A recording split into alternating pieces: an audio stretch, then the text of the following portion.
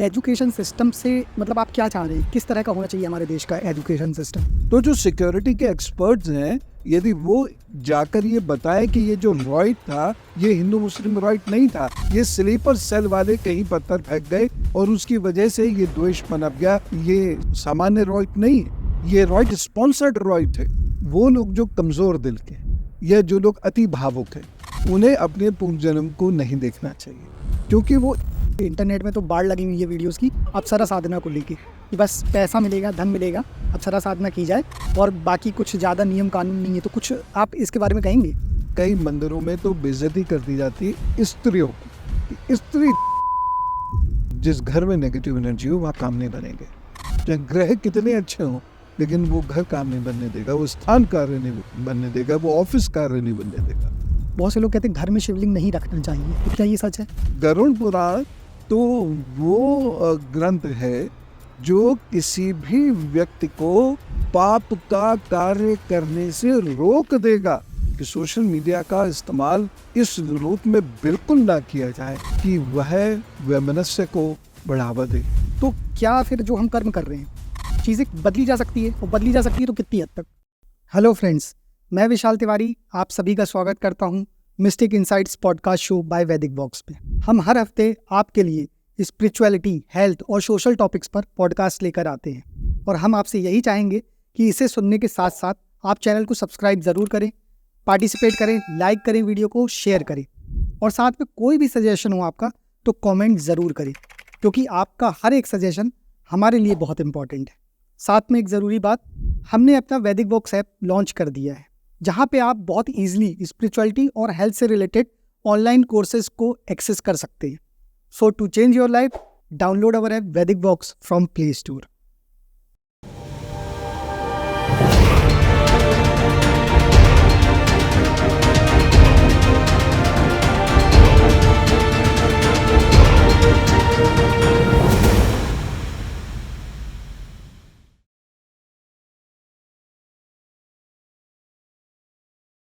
नमस्कार गुरुजी।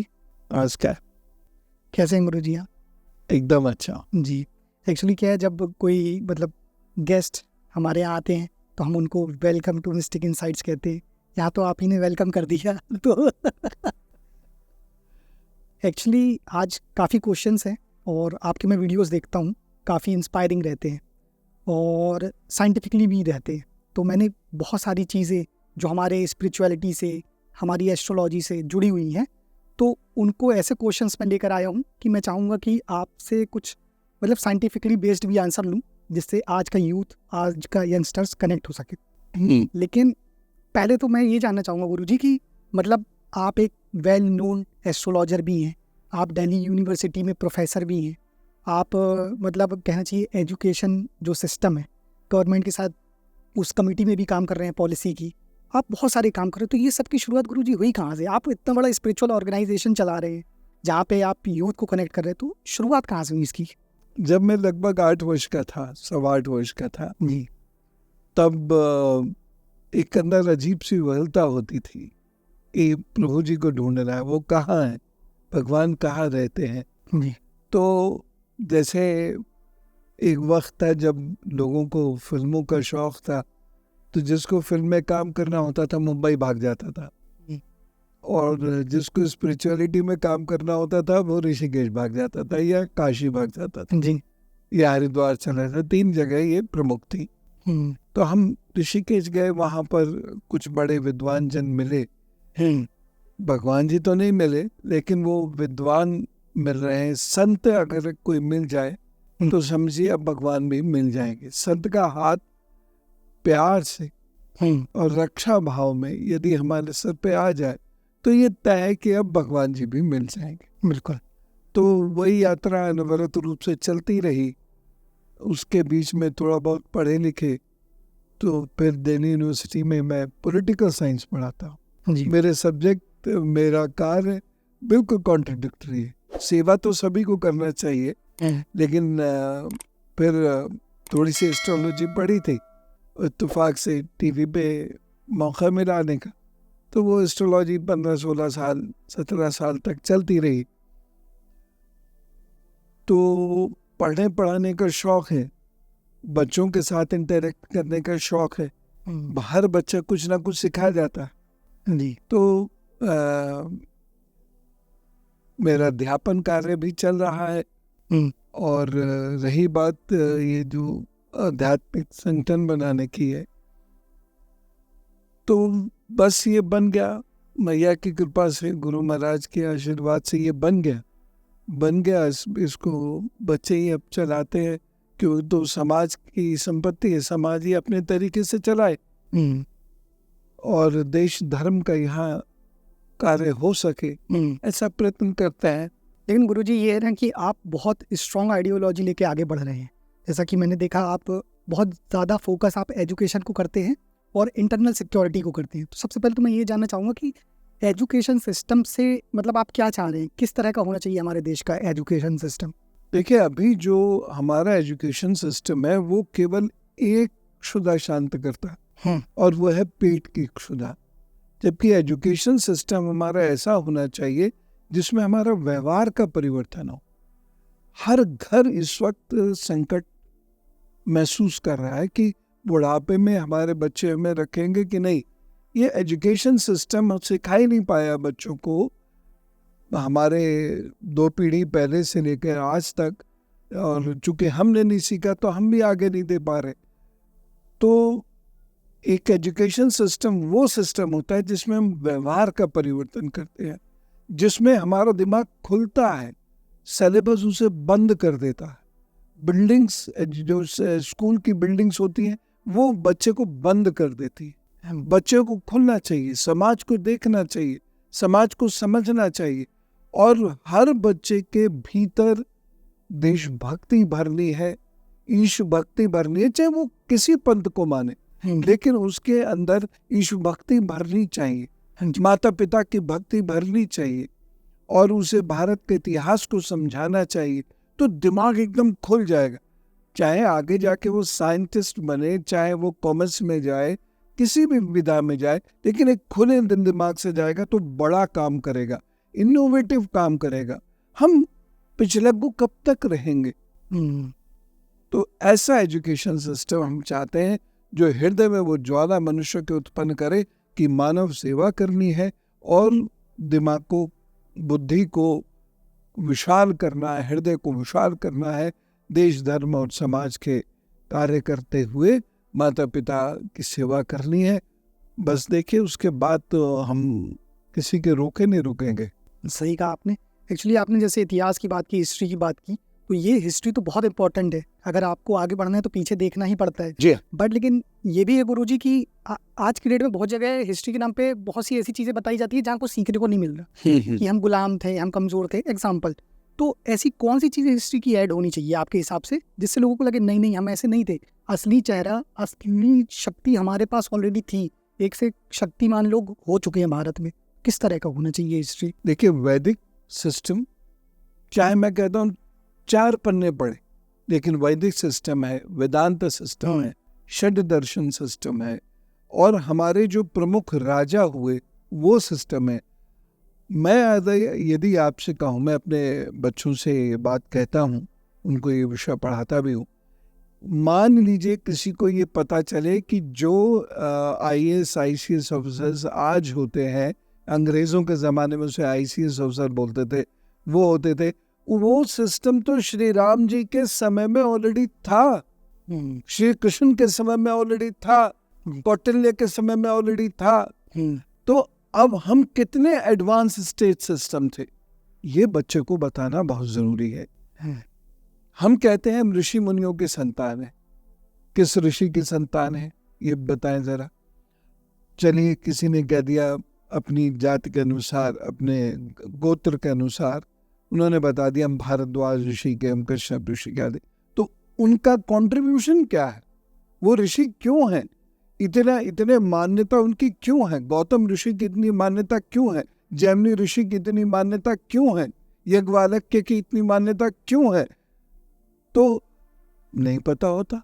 बच्चों को ये पता होना चाहिए, एटलीस्ट 12-15 ऋषियों के बारे में तो पता होना, तो लोग झूठ भी नहीं बोल पाएंगे फिर कि खामोखा बहुत सारी चीजें प्रचलित हो जाती हैं इतिहास के बारे में, वो सब शांत हो जाएंगे। और प्रामाणिक इतिहास, जी रामायण इतिहास है, महाकाव्य इसे गलत है जो भी लोग कहते हैं, ये परिभाषित नहीं किया जा सकता महाकाव्य के रूप में। जी भाषा के रूप में ये बहुत उच्च कोटि की भाषा इसकी है, लेकिन ये इतिहास भी है, महाभारत इतिहास भी है। तो हमें इसे इतिहास के दृष्टिकोण से बच्चों को देख के समझाना चाहिए, और जैसे बच्चे समझेंगे तब समझ में आएगा कि भारत हर रूप में सशक्त था, इसलिए विश्वगुरु था। जी, आपने जैसे महाभारत की बात कही तो मुझे एक चीज़ याद आ गई कि अक्सर बल्कि हमारे यहाँ तो ये बोल दिया जाता बहुत से लोगों के द्वारा, मतलब कि भैया महाभारत हो गई, गरुड़ पुराण हो गई, जिसमें बताया गया किस पाप की क्या सजा है, वो तो रखना मत घर में, नहीं तो लड़ाइयाँ हो जाएंगी। जी हाँ, जी हाँ। तो इस पे क्या कहेंगे आप? बिल्कुल भी नहीं। और महाभारत का एक पर्व है जो युद्ध का वर्णन करता है, बाकी पर्व तो युद्ध का वर्णन करते ही नहीं है। उसमें राज्य कैसे चलना चाहिए, बल्कि मैं यहाँ कहूंगा कि युधिष्ठिर जी का संवाद सुने नारद जी के साथ, आंखें खुली की खुली रह जाएंगी। पर्सनैलिटी का जो डिस्क्रिप्शन है और किस तरह मंत्रियों को व्यवहार करना चाहिए, राजा को व्यवहार करना चाहिए, ये सब उसके अंदर लिखा हुआ है।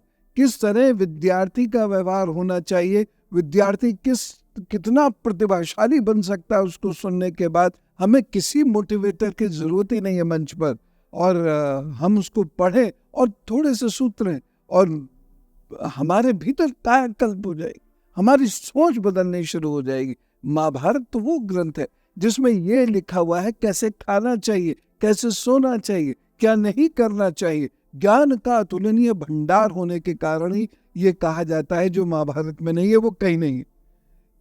तो ऐसी ग्रंथ को हमने कह दिया कि युद्ध का ग्रंथ है, इसे रखने से युद्ध होते हैं।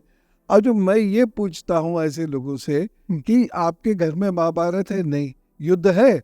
वो तो क्योंकि महाभारत के बिना भी युद्ध होते हैं, महाभारत से पूर्व में भी युद्ध हुए हैं, महाभारत के बाद में भी युद्ध हुए हैं। और गरुड़ पुराण तो वो ग्रंथ है जो किसी भी व्यक्ति को पाप का कार्य करने से रोक देगा। उसे ये पता चलेगा कि अगर उसने ये पापक्रम किया तो आगे जाकर उसका क्या हश्र होगा, इस जन्म में भी, इस जन्म के बाद भी। तो वो तो पाप कर्म करने नहीं देगा, मनुष्य को मनुष्यता सिखा रहा है गरुड़ पुराण, और हमने उसे भी किनारे रख दिया। तो घर में बचेगा क्या? फिल्में।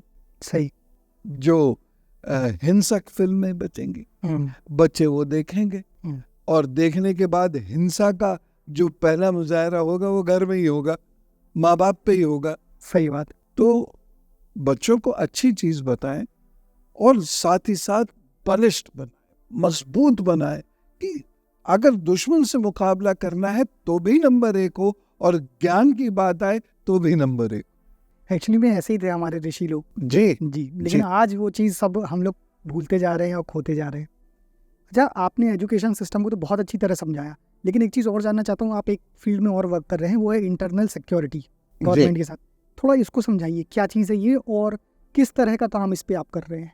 देख, इंटरनल सिक्योरिटी को समझने की जरूरत इसलिए भी है, 36 से ज्यादा अधिक टेररिस्ट ऑर्गेनाइजेशन भारत में सक्रिय हैं, और ये सक्रिय लोगों के बीच में जाके हैं जिनको हम स्लीपर सेल कहते हैं। अच्छा। और इसे हम और आप समझ नहीं पाते क्योंकि हमें और आपको समझाया नहीं गया।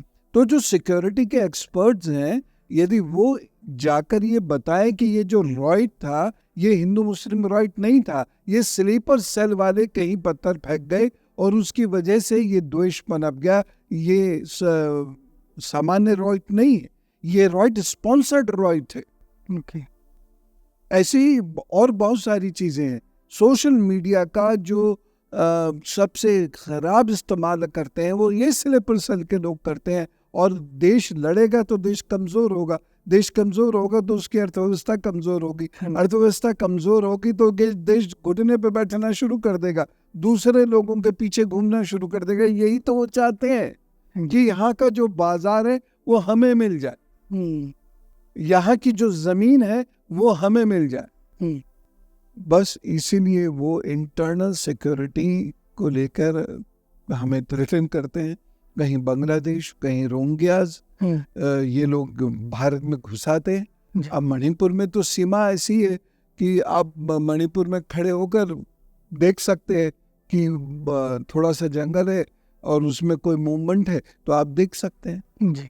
उधर बांग्लादेश, बंगाल में ऐसी कई जगह है जहां आप देखेंगे तो आपको देखेंगे बांग्लादेशी भी आपको देख रहे हैं खड़े हुए। इतनी क्लोज बॉर्डर्स हैं हमारे।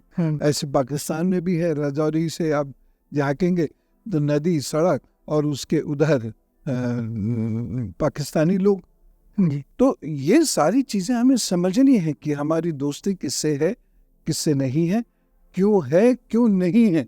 ये सारी चीजें समझ के चलने की जरूरत है, तब जाकर एक बलशाली व्यक्तित्व का निर्माण होगा और देश भी बचेगा। लेकिन गुरुजी इसमें ये भी है ना कि इसमें एडमिनिस्ट्रेशन और गवर्नमेंट का भी पार्टिसिपेट करना बहुत ज़रूरी है, क्योंकि अक्सर कैंपेनिंग में तो यही चीज़ें जो जैसा आप बता रहे कि गलत चीज़ें दिखाई जाती हैं, तो यही चीज़ें गलत चीज़ें चलाई भी जाती है कैंपेनिंग के टाइम पे।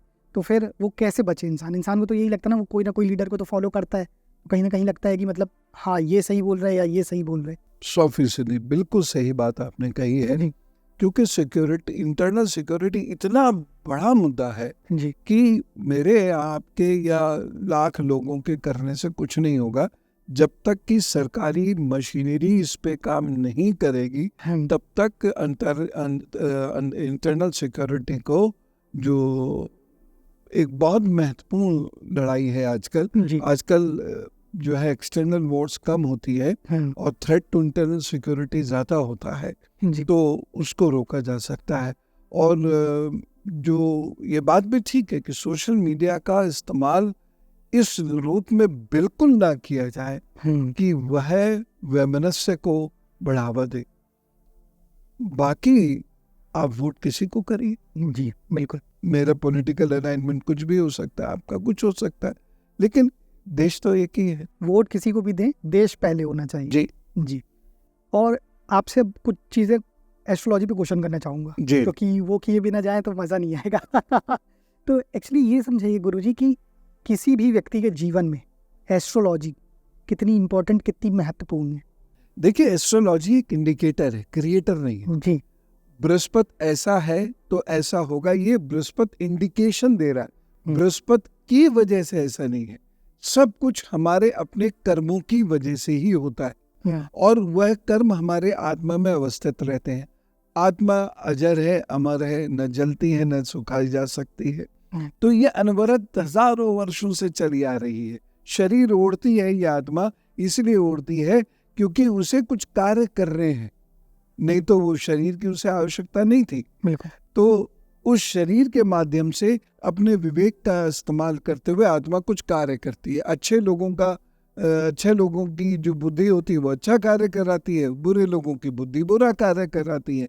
और बुरा कार्य कराने वालों के साथ फिर एक सिस्टम ऑफ अकाउंटेंसी है कि हम वहाँ बैठा हुआ कोई व्यक्ति जरूर है जो हिसाब किताब रखता है और वो ये कहता है कि तुमने पाप कर्म किए हैं, अब सजा भुगतो, भुगतनी पड़ेगी। जी, सभी को भुगतनी पड़ेगी, क्या मैं तो क्या सब कोई लेखा और। जोखा है ऑलरेडी। जी, तो ये एस्ट्रोलॉजी इंडिकेट करती है, लेकिन ये इंडिकेशंस इतने स्ट्रांग है। देखिए, भगवान जी कोई भी चीज इशारा दिए बिना नहीं करते। उन्हें अगर आपको दंड देना है तो इशारा करेंगे पहले, हम उस इशारे को ना समझिए, हमारी ना समझिए। हम चाहते हैं, हमारा education system actually rote learning पर, रेक्टिफिकेशन जिसे सामान्यतः कहते तो उस पर डिपेंड है। तो ABCDEF जी, पॉइंट नंबर 1, पॉइंट नंबर 2, भगवान जी ऐसे बात थोड़ी करते हैं। उन्होंने इशारे से इशारा कर दिया, इशारे से आप समझ जाइए। हाँ, तो एस्ट्रोलॉजी वो इशारा है कि मान लीजिए आपका बृहस्पति इस स्थिति में बैठ गया है, आपका शुक्र इस स्थिति में बैठ गया है, तो अब आपको अपने चरित्र के प्रति, अपने लिवर के प्रति सावधान रहना होगा। नहीं रहेंगे तो नुकसान उठाएंगे। जी। अच्छा, आपने जैसे भी लिवर की बात कही, तो एक टर्म आता है मेडिकल एस्ट्रोलॉजी, है ना? तो ये तो बहुत अच्छी चीज़ आपने कहा, इंडिकेशन होता है पहले तो समझ जाए। तो कहीं ना कहीं ऐसा नहीं है कि मेडिकल एस्ट्रोलॉजी पे अगर वर्क किया जाए तो ये बहुत बड़ा सोशल इम्पैक्ट ला सकती है। वर्क बहुत कम हुआ है जी और ये बात आपकी ठीक है, ये बहुत बड़ा सोशल रिवॉल्यूशन हो जाएगा। जी कैसे? शीशे के सामने खड़ा हुआ व्यक्ति, उसने देखा कि गोचर बदला है, हाँ, गोचर बदले हुए 15 दिन हुए हैं, हाँ, बृहस्पति का गोचर बदला है।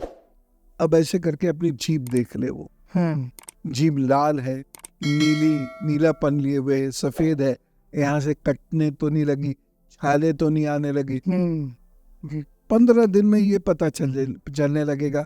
उसी हिसाब से वो भोजन छोड़ दे या भोजन कुछ और चेंज कर ले। ओके तो बहुत सारी चीजें हैं, ये परहेज की वो कर ले तो उसे चिकित्सक सलाह भी नहीं लेनी पड़ेगी।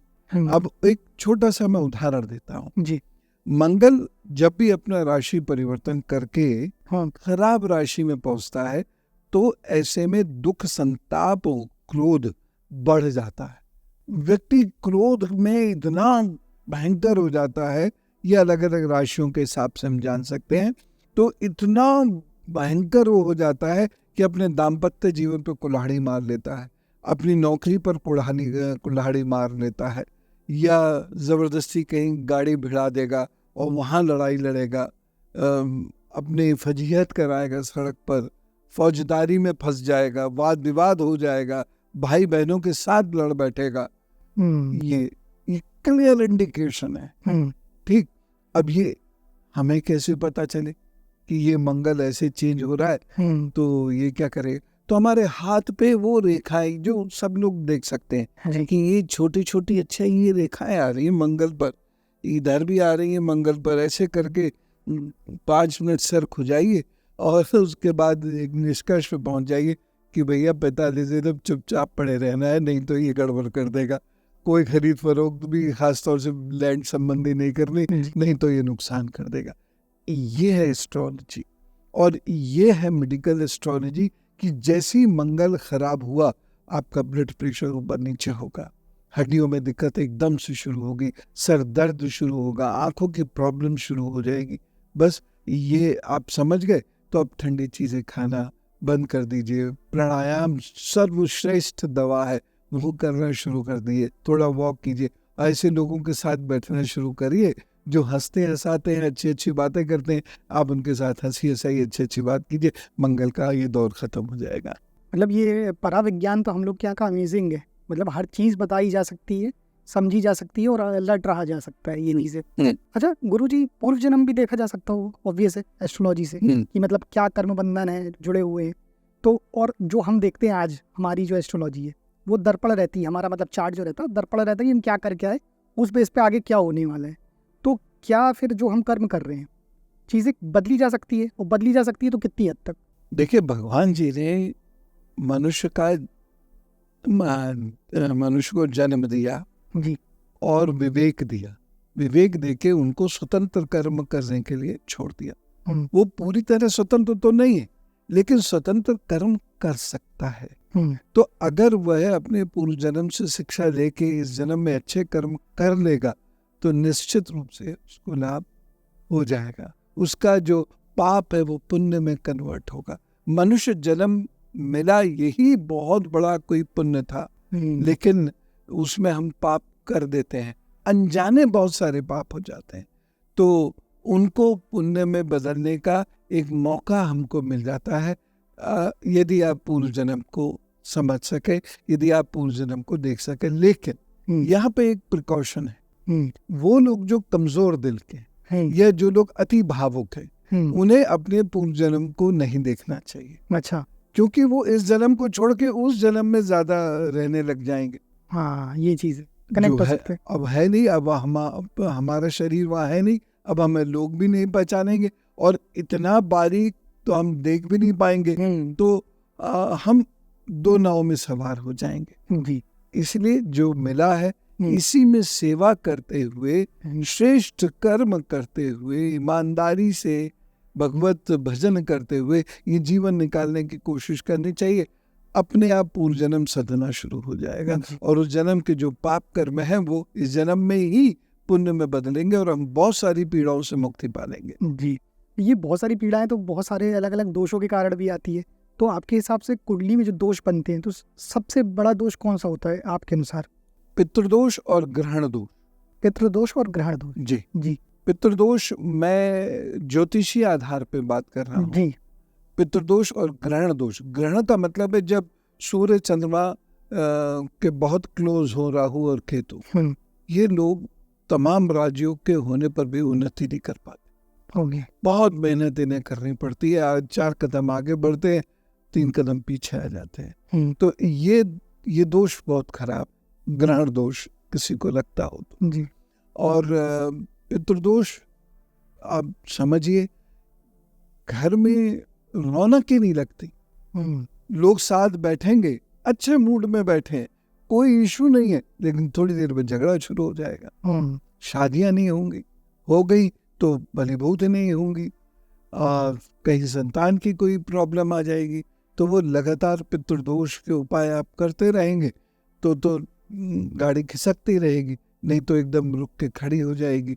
और धीरे धीरे जो हमारे इकोनॉमिक रिसोर्सेज हैं ये कम होने शुरू हो जाते हैं, इसमें परेशानियां हों। तो गुरुजी कोई मतलब इसका परमानेंट सॉल्यूशन या उपाय नहीं है? परमानेंट नहीं। अच्छा। आपको साल में 2 बार तो कम से कम यज्ञ अनुष्ठान करना चाहिए। प्रतिदिन आप ओम ग्राम ग्रीम ग्रोम सहा गुरुवे नमः का जप करें, और साथ ही साथ हर शनिवार कुष्ठ रोगियों को या जिन व्यक्तियों की आंखें नहीं है, जो गरीब हैं, लाचार हैं, उनकी मदद करते रहें।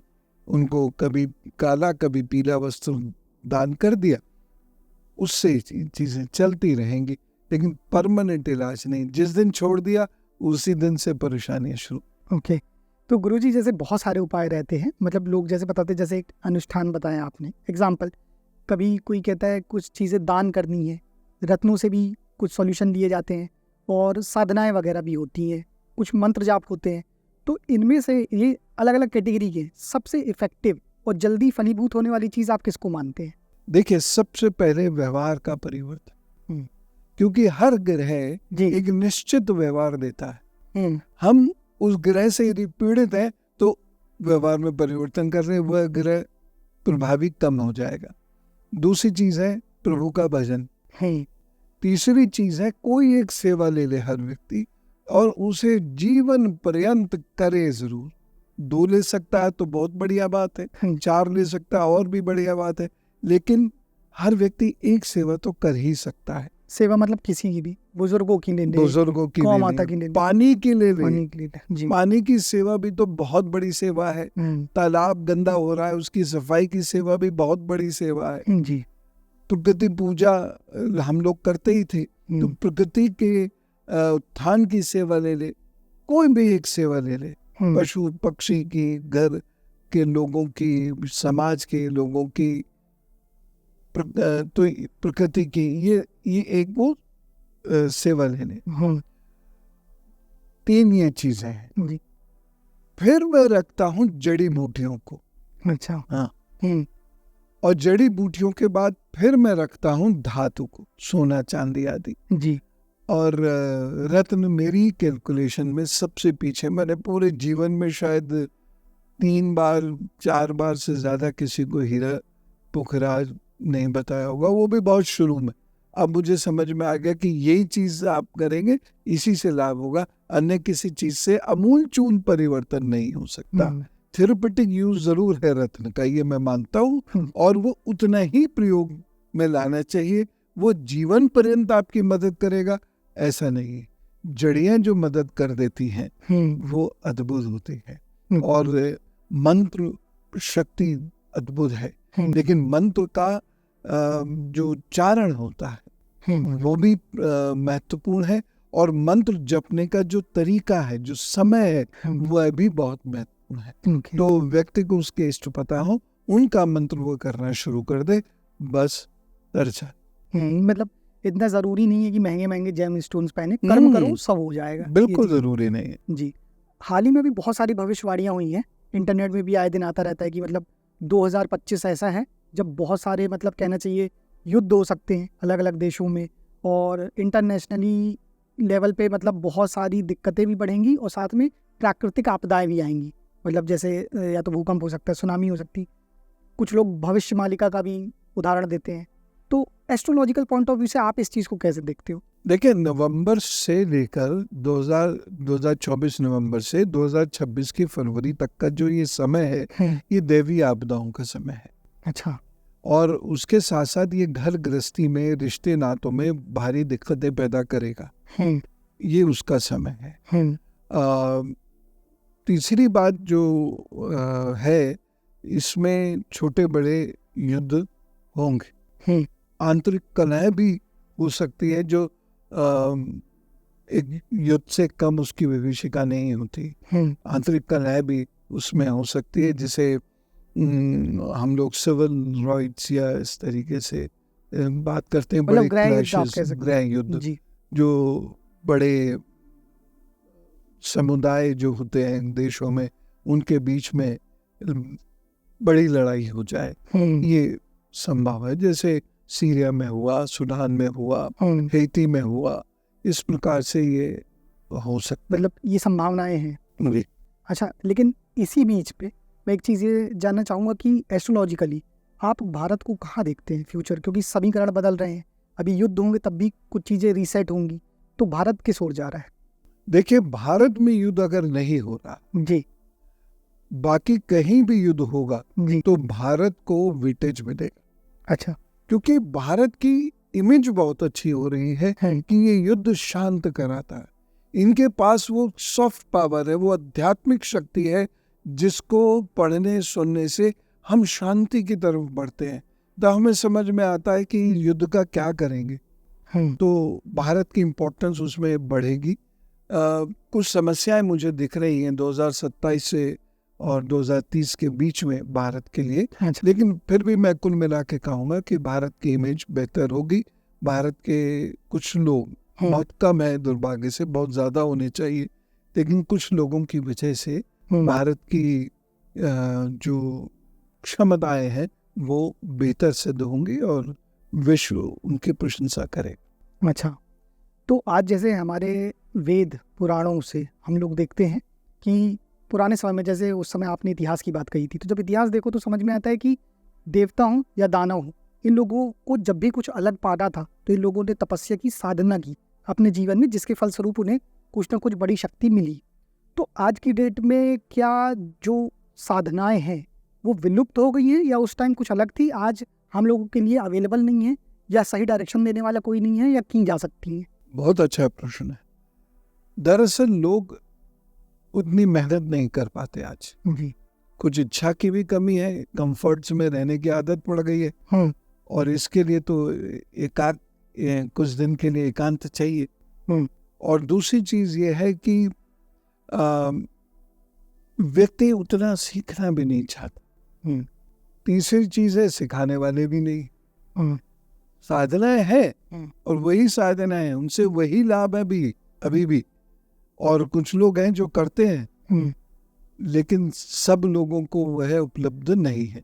लेकिन इसमें लोगों का अपना भी दोष है कि क्या वह मानसिक रूप से, शारीरिक रूप से उन साधनाओं को करने में, तपस्याओं को करने में तैयार है। आपको ज्यादातर लोगों से उत्तर मिलेगा नहीं। उनकी व्यापारिक मजबूरियां हैं, उनकी नौकरी से जुड़े मजबूरियां हैं, एकांत वो नहीं तलाश सकते 1 महीने 2 महीने के लिए, और एकांत में गए बिना आप कोई भी गंभीर साधना नहीं कर सकते। अच्छा, मतलब अगर कुछ बड़ी साधना बड़े लाभ के लिए करना है तो एकांत जरूरी है। अच्छा, लेकिन जैसे गुरुजी, साधना की भी कई कैटेगरीज होती हैं। मतलब जैसे कुछ लोग कहते हैं कि कुछ पावरफुल साधना की जाए, एग्जाम्पल, कुछ लोगों का कहना है कि आपका एस्ट्रोलॉजिकल चार्ट जिस देवता के लिए कह रहा है उनकी करें। कुछ लोग कहते हैं कि वैसी साधनाएं करें जो जल्दी सिद्ध हो जाती है। कुछ लोग कहते हैं कि मतलब उन देवी देवताओं की करें जो थोड़ा लेट सिद्ध होते लेकिन बड़ा रिजल्ट देते। तो किसकी करनी चाहिए साधना आपके साथ? दरअसल समय, मान लीजिए कि कोई अनिष्ट का समय नवंबर में है जी, हम साधना ऐसी दे लें जिसका परिणाम हमें मिले मई में, तो हमारे लिए उस साधना का कोई उपयोग नहीं रहेगा। ये बहुत अच्छा पॉइंट आपने बताया जी। तो जब जिस चीज की आवश्यकता हो बस ये व्यक्ति साधना करे। मतलब पर्पस पहले जी, वो होना चाहिए कि हमारा लक्ष्य क्या है। लक्ष्य क्या है। एक परमानेंट साधना अपने इष्ट की होती है, वो हर एक को करनी चाहिए। अगर आप गंभीर साधना तप आदि नहीं कर सकते तो मंत्र जप कर लीजिए। लेकिन मैं ये ज़रूर कहूँगा कि जो ब्लैक मैजिक वगैरह होता है इस सब से थोड़ा दूरी बना के रखें, सात्विक पूजा करें, अपने इष्ट की पूजा करें, ठीक हो। लेकिन गुरुजी आपने जैसे कहा कि साधनाओं से आज भी वो फल मिलते हैं और नो डाउट मिलते हैं जी। लेकिन उन्हीं का नाम लेके आज के डेट में सामाजिक रूप से मतलब जैसे तंत्रा बताए जाते हैं, तंत्र की ये तंत्र करा दो, टोना टोटका हो गया, या बहुत से मतलब आपने शायद ना देखा हो, कुछ बाबा आते बंदूक चलाते हैं, कहते हैं भूत भगा रहे, तो तो ऐसी चीज़ों को आप किस तरह देखते हैं? फिर तो ये कहीं ना कहीं साधनाओं के प्रति लोग वो हो जाएंगे ना कि मतलब ये सब फिजूल है, फालतू की बातें, उनका मतलब विश्वास उड़ जाएगा साधना से। तो इसको कैसे देखते हैं आप, और लोग कैसे डिफरेंस देखें इन दोनों चीज़ें में, मतलब पाखंड में भी और जो जेन्युइन चीज़ है उस पर? उसका प्रभाव पड़ा भी है। देखिए, मेरी पीढ़ी, आपकी पीढ़ी, ये सब दूर हुई है इन सब चीज़ों से, क्योंकि ऐसे लोगों की एंट्री हो गई। इन लोगों में कॉन्फिडेंस बड़ा होता है, और जो डरने वाले, जो डरने को लूटने को तैयार होता है, उसे डराना लूटना सबसे आसान होता है। ये उसी को पकड़ लेते हैं, और पकड़ लेते हैं। आजकल सोशल मीडिया का ज़माना है, वही रील बन जाती है और दुनिया को लगने लगता है अरे ये तो बहुत आसान हो गया, मिलता कुछ है नहीं। फिर धीरे धीरे उसका मन उचटने लगता है कि इतना समय, इतना पैसा हमने वेस्ट किया, इसमें तो कुछ भी नहीं मिला, तो मन उचट जाएगा। तो जो सच्ची साधनाएं हैं वो भी वो नहीं करेगा। बिल्कुल। शुरुआत कैसे करें? जी। सुबह उठें, सूर्योदय से पहले थोड़ा सा टहलें, हल्का व्यायाम करें, और करीब 10 मिनट प्राणायाम करें। 10 में बस 10 मिनट इतना भी बहुत है। इसके बाद जप करना शुरू करें। रात में समय मिले तो रात में भी कर सकते हैं, लेकिन नियम एक होना चाहिए, वो बहुत परिवर्तनशील नहीं होना चाहिए। जब अपने इष्ट का किया जा सकता, अपने इष्ट करें। ये परमानेंट साधना है जो कोई भी कर सकता है, और लेकिन कोई भी साधना सेवा के बिना अधूरी, तो वो उन्हें करनी पड़ेगी। नर सेवा नारायण सेवा। तो इस सिद्धांत पर तो हर मनुष्य को चलना ही पड़ेगा, क्योंकि मेरे पास, आपके पास जो भी कुछ है, ये मेरा आपका कमाया हुआ नहीं है, ये किसी का दिया हुआ है। हम लोग तो अपने दांत, आंख, नाक, कान भी डिजाइन नहीं कर सकते। तो जिसने ये दिया है वो हमसे क्या चाहता है? वो ये चाहते हैं हमसे कि हम उनके कार्यों को आगे बढ़ाएं। तो सेवा करना बहुत जरूरी है, चाहे कोई धर्मगुरु हो, चाहे कोई व्यापारी हो, या कोई फौज में हो, कोई पुलिस में हो, जो भी है, सेवा करना बहुत जरूरी। जी। एक्चुअली लोगों का आजकल आकर्षण ऐसा रहता है ना कि सब कुछ मिल जाए लेकिन कुछ करना नहीं पड़े, दूसरा ही कर ले साधना। और इसीलिए बहुत से लोगों का आकर्षण रहता है, जैसे इंटरनेट में तो बाढ़ लगी हुई है वीडियोस की अप्सरा साधना को लेके, कि बस पैसा मिलेगा, धन मिलेगा, अप्सरा साधना की जाए, और बाकी कुछ ज़्यादा नियम कानून नहीं है। तो कुछ आप इसके बारे में कहेंगे? मैं टोटली रिजेक्ट करता हूँ। तो ये पूरी खंडन वाली चीज़, कुछ नहीं होगा। कुछ दिनों बाद लोगों को जब पता चलेगा तो उबने लग जाएंगे। सही बात है। तो मतलब कहीं ना कहीं लोगों को ये समझना चाहिए कि कहाँ से हम रिजल्ट ले सकते हैं, और वो ले सकते हैं पूरा कर्म के द्वारा ही, जब हम हार्ड वर्क करेंगे कहीं ना कहीं। डेफिनेटली कर्म करें, इष्ट की आराधना करें।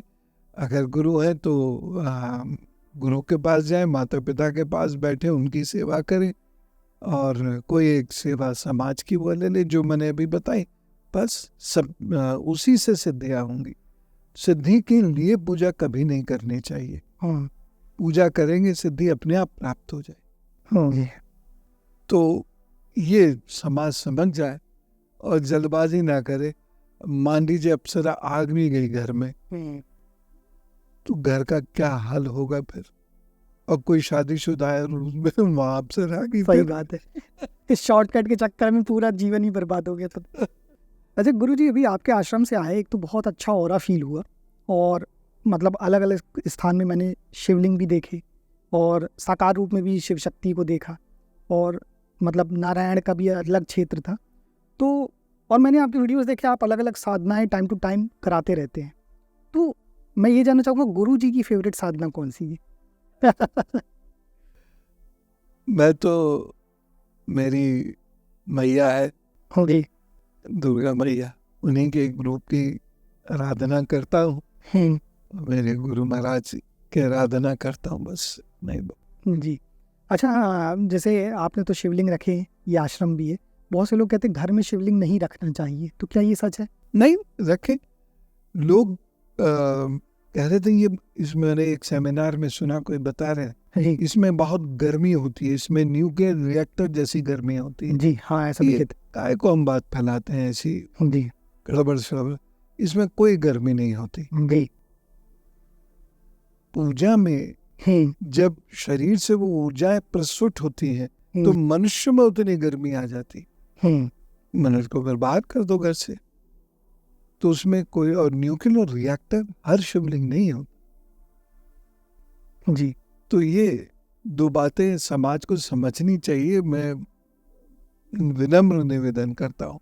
अब कोई ऐसा व्यक्ति है जो सुबह सुबह नहीं जा सकता, क्योंकि संध्या उपरांत, सूर्यास्त उपरांत तो जल अभिषेक होगा नहीं शिव जी पर, केवल इसमें सावन का दिन और महाशिवरात्रि के दिन को छोड़कर, और रात्रि अभिषेक तो होता नहीं जी। तो वो क्या करें अब? सही। या किसी कोई बीमार है, किसी के पैर में दिक्कत है, कोई ऐसी दिक्कत है, वो क्या करें? रखे, करें, कोई दिक्कत नहीं है। तो गुरुजी मतलब नर्मदेश्वर रखा जाए, मतलब क्या ज़्यादा उचित है, या स्फटिक के, पारद के, मतलब कोई भी रख सकते हैं, बट फिर भी थोड़ा लाभ बताएंगे आप? सबसे महत्वपूर्ण शिवलिंग है काष्ठ का। काष्ठ, जी। ये शिव पुराण में लिखा है, काष्ठ का, लकड़ी का जो बना हुआ शिवलिंग है, अच्छा, वो बड़ा महत्वपूर्ण होता है। और उसके अलावा अलग अलग पर्पस के लिए अलग अलग शिवलिंग है। जी। तो नर्मदेश्वर तो देखिए विश्वविख्यात है ही है, जी।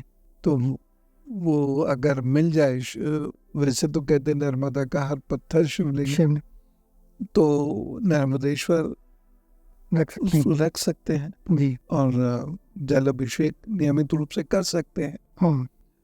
बीमारियां घेर लेती हैं अगर, तो उनसे बचने के लिए हम पारद के शिवलिंग की उपासना करते हैं, या घर के अंदर कुछ बुरी शक्तियों का वास हो रहा है तो पारद के शिवलिंग की उपासना करते हैं, जी।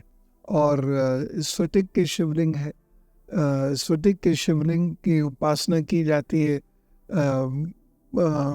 भक्ति की प्राप्ति के लिए, और साथ ही साथ संसारिक सुखों की प्राप्ति के लिए, दुख से निवृत्ति के लिए। तो अलग अलग कारणों से अलग अलग प्रकार के शिवलिंग रखी जा सकते हैं। चाहिए। यहाँ मैं एक चीज अपनी तरफ से आपसे कहना चाहूंगा, और आप सब लोगों से भी, जी। एक नियम चल दिया, और मैंने देखा है कि कई मंदिरों में तो बेइज्जती कर दी जाती है स्त्रियों की, कि स्त्री जल नहीं चढ़ा सकती। हाँ, ये सुना है मैंने कुछ लोगों से, जी। शिव पुराण में तो स्त्रियों के द्वारा कैसे पूजा होगी ये लिखा है। तो शिव जी सही हैं कि इवन जो घुष्मेश्वर हैं वहाँ भी घुष्मा तो स्त्री थी, जो उनकी सबसे बड़ी भक्त थी। बहुत अच्छा उदाहरण आपने दिया, बिल्कुल। तो गुरु जी, क्या आप भूत प्रेतों को भी मानते हैं? होते हैं नेगेटिव एनर्जीज वगैरह? नेगेटिव एनर्जी को मैं मानता हूँ, जी। और आत्मा को मैं मानता हूँ। बहुत सारी आत्माएं शरीर विहीन भी होती हैं, जी, तो वह दिखाई देती हैं। बहुत सारे लोगों में उतनी शक्ति होती है कि वह सूक्ष्म शरीर की यात्रा करते हैं, वो कभी कभी दिख जाते हैं। लेकिन ऐसा नहीं है कि लाइट जाते ही प्रेत आ जाएगा। प्रेत को लाइट की कुछ जरूरत, लाइट जाने की जरूरत नहीं, आना होगा तो वैसे ही आ जाएगा, आपकी प्लेट से रोटी उठा के वैसे ही भाग जाएगा। इनसे डरना बेकार है, डरना नहीं चाहिए, जी। आप अपने इष्ट को प्रणाम कीजिए, अपने काम पे लग जाइए, वो भी आपके बगल में बैठ जाएगा। ये मैं मजाक में कह रहा हूँ। लेकिन एक्चुअली गुरुजी ये है ना कि यहाँ पे ये जानना चाहूँगा कि मतलब इन लोग, मतलब जो रहते हैं नेगेटिव एनर्जीज हो गई आपने बताया, ये किस टाइप के लोगों को प्रभावित ज़्यादा करती हैं? क्योंकि सबको तो नहीं कर सकती हूँ, क्योंकि सबका अपना एक ऑरा मंडल एनर्जी रहती है। किस टाइप के लोग, मतलब इसलिए मैं ये जानना चाहता हूँ क्योंकि अगर लोग वो गलती कर रहे हैं तो भाई बच जाएं, मतलब किस टाइप की लाइफस्टाइल नहीं अपनाएं, नहीं तो ऐसी चीज़ दिक्कत करेंगी। ये डरपोक लोगों को ज़्यादा प्रभावित करती है, जो पहले से ही डरे हुए, है ना, जी। जो ब्रह्मवाद एक है, जब हम शत दर्शन पढ़ते हैं, जी, तो उसमें सांप को रस्सी को सांप समझने की गलती करता है मनुष्य। तो जो मनुष्य रस्सी को सांप समझ रहा है, ये जो नेगेटिव एनर्जीज है ये उसे प्रभावित। अब वास्तु के आधार से भी देखते हैं, जिन घरों में गलियारे होते हैं, फ्लैट्स भी होते हैं ऐसे कई कि उसमें 5-7 कदम का एक गलियारा है, उसके बाद फिर लॉबी आती है, बैठने की जगह आती है, ड्राइंग रूम या ड्राइंग स्पेस आती है। तो जिन लोगों के गलियारे होते हैं या पुराने घर जहाँ गलियारे हैं और गलियारे में गंदला पानी खुले रूप में बहता है, ढका हुआ नहीं, वहां पर ये प्रॉब्लम रहती है। ओके। जहां पर रसोई हमारे उत्तर में या उत्तर से पश्चिम की ओर उस कोण में रहती है, तो वहां पर भी नेगेटिव एनर्जीज बहुत ज्यादा होती हैं। जिन घरों में टूटा फूटा सामान खामखा पड़ा रहता है, वहां नेगेटिव एनर्जी आती है। जिस घर के लोग आपस में लड़ते हैं और वैमनस्य रखते हैं, ईर्ष्या रखते हैं एक दूसरे से, वहां भी नेगेटिव एनर्जी आती है, सबको प्रभावित करेगी। लेकिन लोगों को लगेगा मेरा कड़ा दबा दिया, कोई लगेगा मेरी छाती पे कुछ चढ़ा बैठा है, किसी को ये लगेगा मेरा कोई काम ही नहीं हो रहा, कोई काम रोक देता है, किसी के संतान नहीं हो रही तो वो कहना शुरू कर देगा कि बच्चा बांध दिया, कुख बांध दी है। ये होता कुछ नहीं, सिर्फ नेगेटिव एनर्जी है जो हमारे ही द्वारा कहीं ना कहीं हम ही ने उनको अट्रैक्ट किया है और अपना ऑरा मंडल वैसा बनाया है। और अगर मैं ज्योतिष के पॉइंट ऑफ व्यू से बात करूं तो चंद्र केतु युति एक ऐसी युति है जो व्यक्ति को हेलुसिनेशंस देती है, भ्रम की स्थिति देती है। वो क्या करता है मनुष्य कि मुझे लगता है एक्सीडेंट होगा, मुझे लगता है एक्सीडेंट होगा। वो 10 साल से यही कह रहा है, एक दिन हो भी जाएगा किसी का।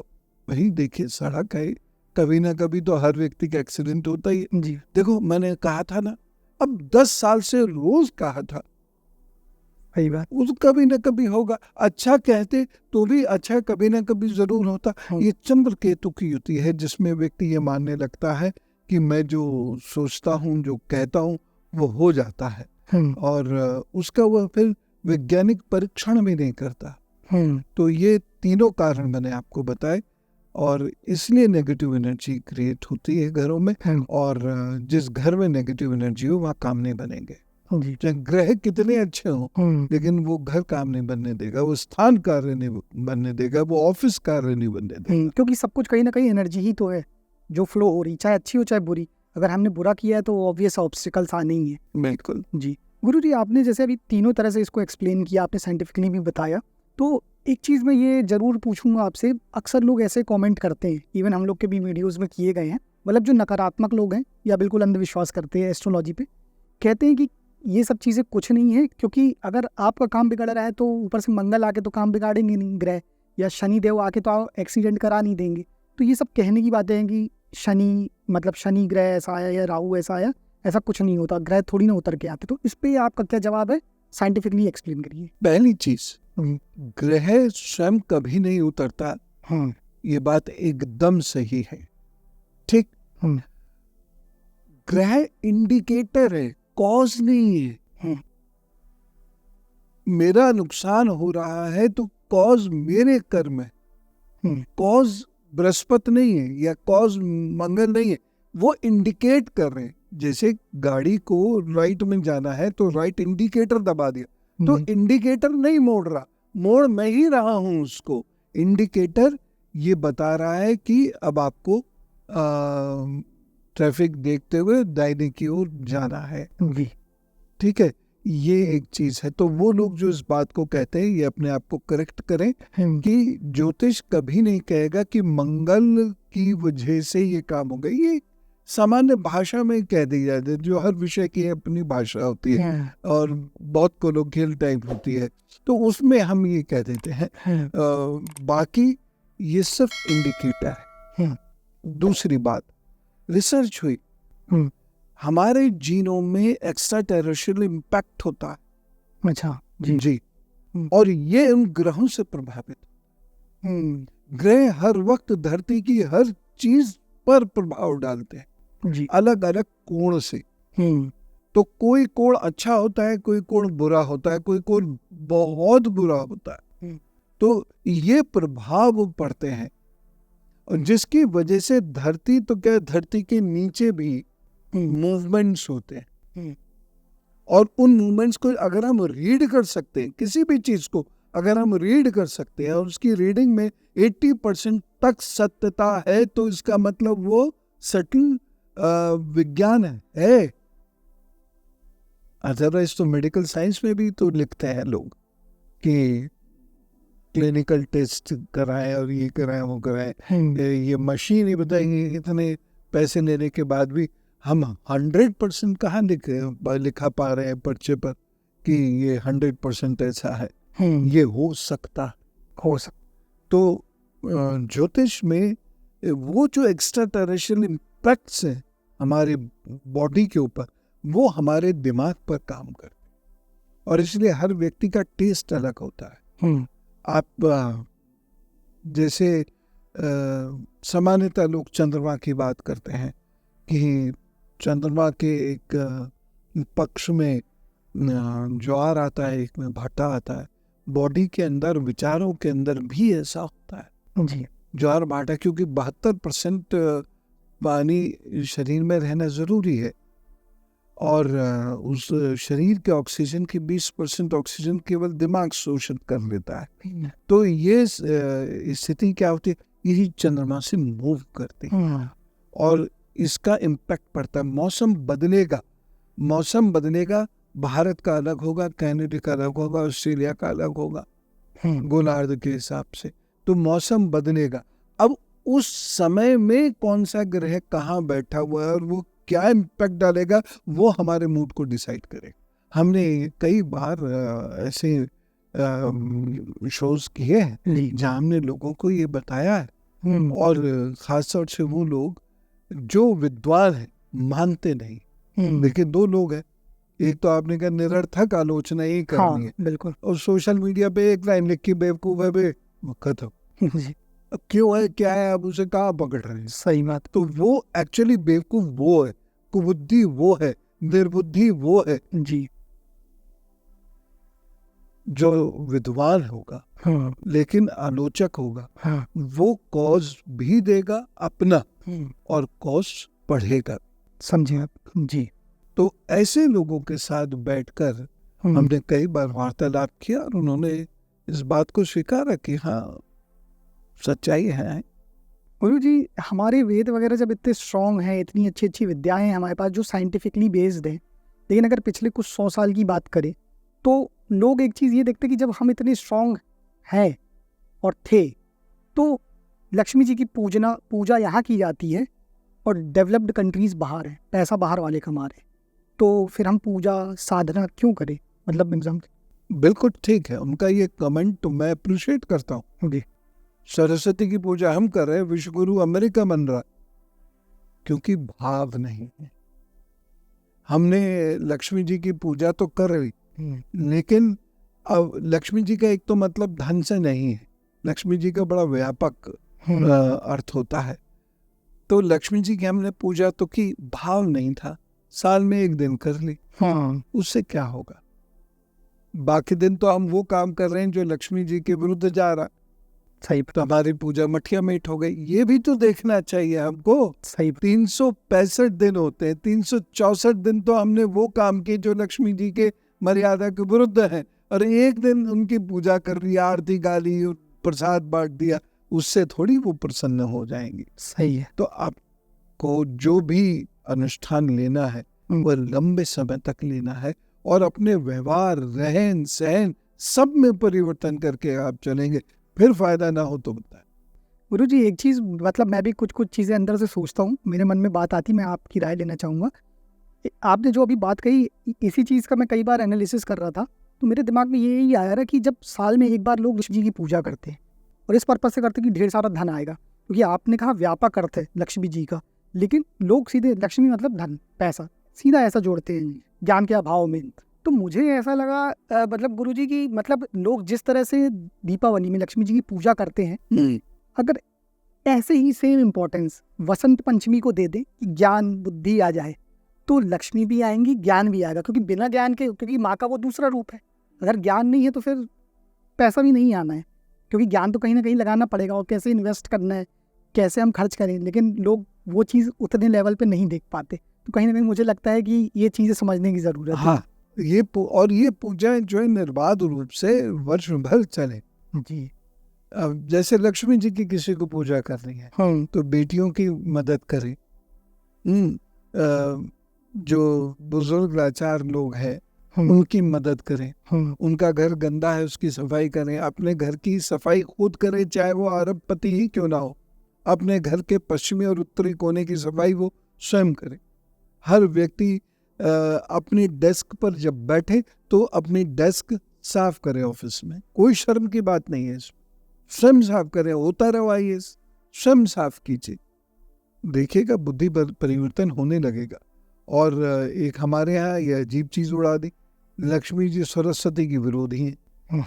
अरे विरोधी कहाँ है, लोग तमाम लोग ऐसे हैं जिनके पास अद्भुत ज्ञान है और उस ज्ञान से वो वैभवशाली बने, बिल्कुल, बड़ी बड़ी अट्टालिकाएं उन्होंने बनाई, बड़ी बड़ी कोठियों में रहते हैं, ज्ञान से ही तो बनते हैं। बिल्कुल, कोई और हमारे लिए ज्ञान का मतलब क्या है, 10th 12th graduation post graduation, ये ज्ञान थोड़ी है, सही बात, ये तो सर्टिफिकेशन कोर्सेज है जी। तो जिस पे ज्ञान होता है उसके साथ लक्ष्मी जी जुड़ ही जाती हैं, बस वो भाव से कार्य करे और मेहनत समय। तो गुरुजी आज की डेट में तो बहुत सारी रिसर्च हमारे वेद पुराणों के बाहर चल रही है अलग अलग देशों में, हम कैसे बनेंगे विश्व गुरु? हमारे यहाँ की ये चीज़ें हैं, इस देश की चीज़ें हैं, तो क्या करना चाहिए? आपने मेरी दुखती रग छेड़ दी। मैं लगभग रोज इस बात को कहता हूँ, लगभग रोज, जी, कि आपको विश्व गुरु बनना है। कल ही सत्संग में किसी से पूछा था, तो जी हमारे पास एक मजबूत नेता है, मैंने कहा वो अकेला विश्व गुरु बनेगा? हम सब साथ काम करेंगे तब विश्व गुरु बनेंगे ना। तो हम विश्व गुरु लायक नहीं, हमने अपना इतिहास नहीं जाना, हमने अपना विज्ञान नहीं जाना, हमने अपना तर्कशास्त्र नहीं जाना, हमने अपने व्यवहार पर पकड़ नहीं बनाई, हमने अपने नेशनल इंटरेस्ट जो है उसे नहीं समझने की कोशिश करी। काहे के विश्व गुरु? सही बात। पैसे का जो प्रतिशत है, जब हम विश्व गुरु थे तो 35% जो दुनिया की संपदा थी वो हमारे पास थी।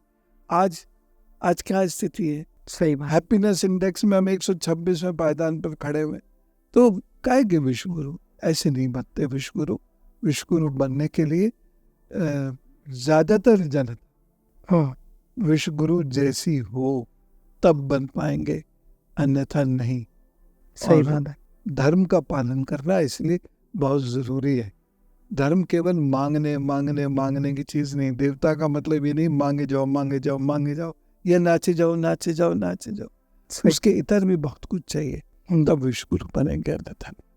अच्छा गुरुजी, अब आखिरी में मैं आपसे बस ये चाहूँगा, मैं कुछ शब्द बोलूँगा, आप 1 से 2 वर्ड में उसके उत्तर दे दीजिएगा, बस ये रिक्वेस्ट है मेरी जी। माता पिता, सब कुछ, पति पत्नी, जीवन भर के वेद, ज्ञान का भंडार, शिव, कल्याण करना और आगे बढ़ा देना, धर्म, जीवन जीने का तरीका जिसमें मानवता है, जिसमें कल्याण है जी। और सबसे बड़ा पुण्य, मनुष्य की सेवा, और सबसे बड़ा पाप, मनुष्य का मान का मर्दन। गुरुजी, आज बहुत कुछ आपसे जानने को मिला। आशा करेंगे आपके साथ आज आगे भी ऐसे पॉडकास्ट हो, क्योंकि मुझे लगता है कि ये बहुत इंस्पायरिंग होगा यंगस्टर्स के लिए और हमारी ऑडियंस के लिए, और लोगों ने बहुत कुछ जाना भी होगा साइंटिफिकली बेस्ड, कि हम लोग सिर्फ हमारे धर्म वेद सिर्फ मतलब थ्योरिकल बेस्ड नहीं है। और बहुत बहुत धन्यवाद, आपने समय निकाला। आगे चाहूँगा कि फिर से आप समय निकालें। प्रश्नों से मुझे भी बहुत आनंद हुआ। आपको, आपकी टीम को, आपके सभी दर्शकों को मेरे प्रणाम स्वीकार कीजिएगा और अंधविश्वास से दूर रहिए, ईश्वर की शरण में रहिए। आपके इष्ट, आपके गुरु, आपके माता पिता, आपका राष्ट्र, आपका धर्म, इसकी शरण में रहिए, कल्याण वैसे ही हो जाएगा। नमस्कार।